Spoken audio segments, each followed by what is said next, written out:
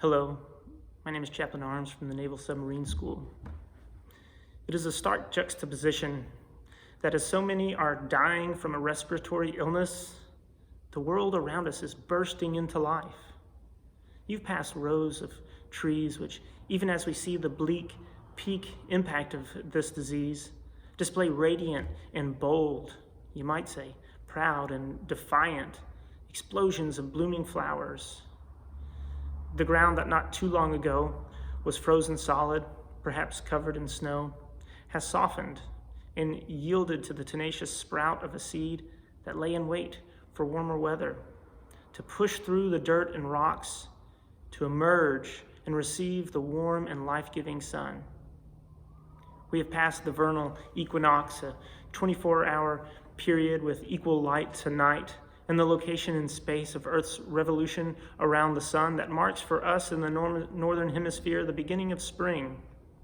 The crocus, the daffodil, the scurrying squirrels are all visible signs that time goes on, and we have undoubtedly entered the season when new life springs forth.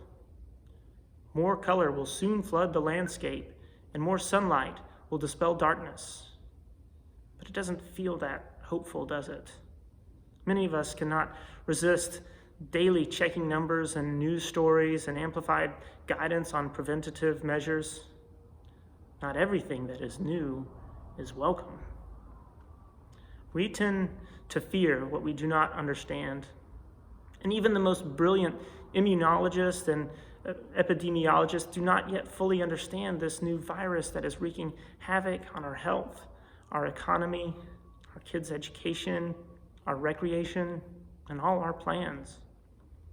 But there is a God who I believe is never fazed, never shaken, never fearful, never out of control. This is a God who makes all things new.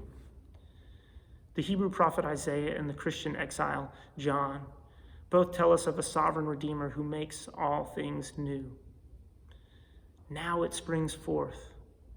Do you not perceive it? Asks the Holy One of Israel. Granted, new hope and new life are difficult to perceive when, in spite of the sun, the days still feel dark.